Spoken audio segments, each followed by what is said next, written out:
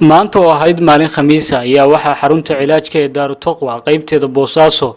si caadi ah uga socday quraansaar loo sameynayay dad la xanuunsan jinka isha iyo sixirka kuwaas oo ka kala yimid gobolada Soomaaliya iyo qaar ka mid ah deegaanada Puntland.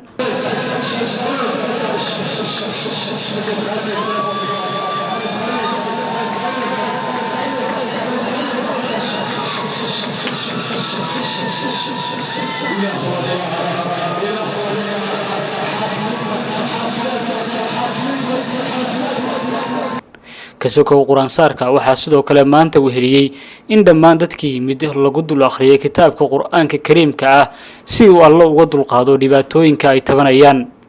Sheekh Ali Cabdiraxmaan Ali Mukulli ayaa Allah uga bariyay cid walba oo muslimiin oo xanuunsan in uu ka dulqaado xanuunada waxaana dadkii yimid xarunta cilaajka uu ku dhiirigeliyay in Qur'aanka ay dhageystaan si qulubtooda ugu dhaadhaco. waxay noo xirxirayaan waxay noo maleegeen iyaga Allah ku celiyo waxay nagu qaldayaan waxay nagu qiyaanayaan Ilaahay baa arkay Allah naga qabto Qur'aankii baa insha Allah noo bilaawana haddii Ilaahay qadaro niyada soo xaadirinayna ma fahmo markaa walaalayaal niyada soo xaadirinayna kalaamullah wax la akhrinayo Ilaahay casiiska aha adduunyada waxba nagu taraya aqrin waxba nagu taraya Qur'aanka Kariimka ah adduunyadana waa nuur waa caafimaad waa hanuun raxmad buu Ilaahay ku sheegay Allah nagu siyaamindha waxana qarsoon ama waxana dhibaya Ilaahay noogu xifdiyo Quraanka Allah noogu xifdiyo Allah nagu ilaaliyo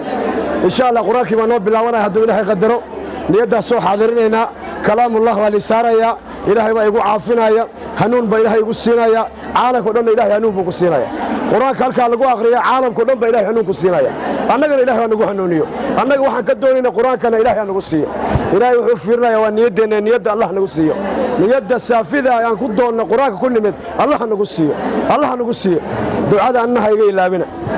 anigana ha iga ilaabina salaad walba tukataan ii soo duceeya xasadkayga waa badan yahay saaxiriintu way ugu badan yihiin cadowgiina cadowgayga waa intaaba Ilaahay inuu ilaaliyo aamin dhaha Allah iga ilaaliyo insha Allah Qur'aankii baa noo bilaabanayo insha Allah Ilaahay idinkiisa hoos qof walba adkaarta hoos ka akhri subhanallah la ilaha illa Allah adkaarta sii wada inta Qur'aanka socdo Ilaahay wax weyn buu nagu siinaa waana dareemi doontaan Ilaahay idinkiisa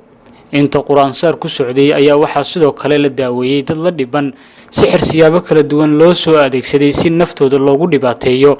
waxaana ka mid ahayd haweeneydan oo ay ka dhaxqeeliyeen in si jin u soo adeegsaday sixir ay cabtay kadibna xanuuno kala duwan ku riday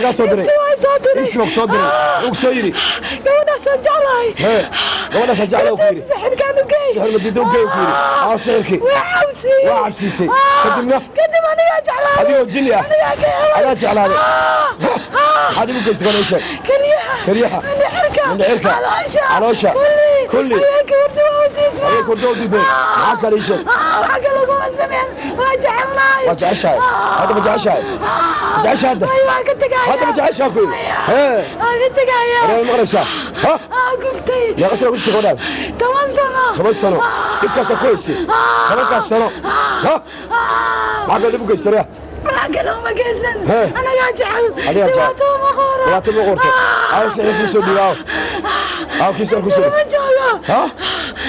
اقول له شو يسال أفقوي مقدشة أنا لا سودي أو سيري أنا واجع لهاي يوقي واجع لهاي خدمنا واسع بسيسي خدمنا